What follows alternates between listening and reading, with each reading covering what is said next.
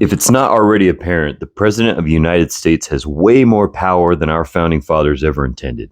And it didn't just happen by accident.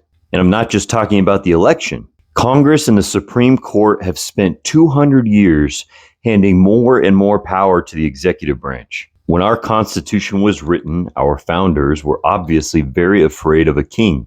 And this is why Article 1 of the Constitution talks about Congress, not the president, because they're most important. Constitutionally, Congress controls war, taxes, laws, trade, and spending. The president's job was simply to enforce. Now, our first three presidents were great in this regard: Washington, Adams, and Jefferson. Jefferson was even worried that the Louisiana Purchase was unconstitutional. But the superiority of Congress did not last. Congress is supposed to declare war, but only 5 of our wars have been fought with a formal declaration.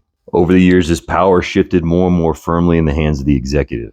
Now, this power really started ballooning with the Gulf of Tonkin Resolution in 1964. This allowed LBJ to fight a war in Vietnam without a formal declaration.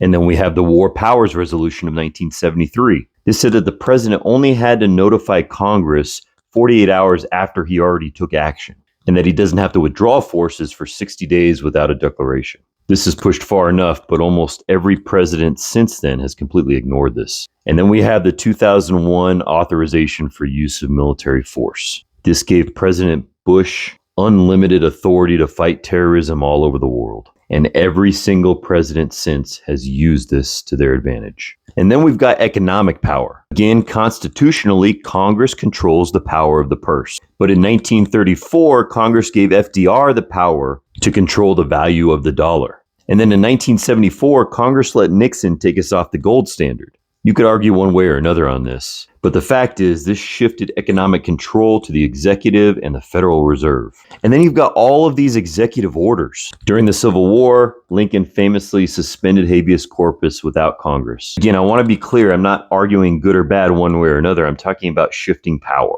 FDR signed almost 4,000 executive orders, including the internment of Japanese Americans. And we're going to come back to that in a second too. And then we've got something that I'm afraid Trump is going to use a lot, and that's the National Emergencies Act of 1976. Since then, presidents have declared 75 national emergencies. The most recent examples are Trump trying to use this to fund his border wall and Biden with his student loan relief. The truth is, though, that Congress can vote to stop it, but they never do. And now we get to what you would think would be the final backstop, the Supreme Court.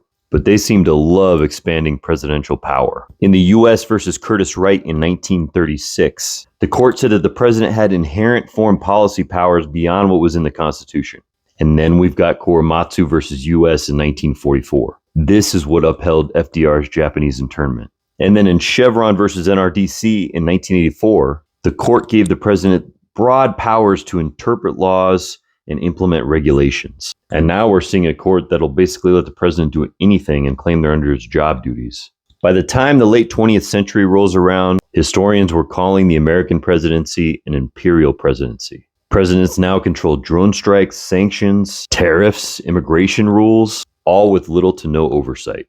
And now we have President Trump, and he's going to take advantage of all of this. But it doesn't have to be this way, and I think there's conservatives that think the same way. Congress can change this anytime they want, but they don't.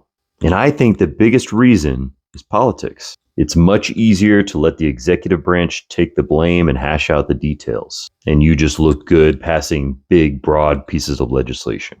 I just hope it's not too late.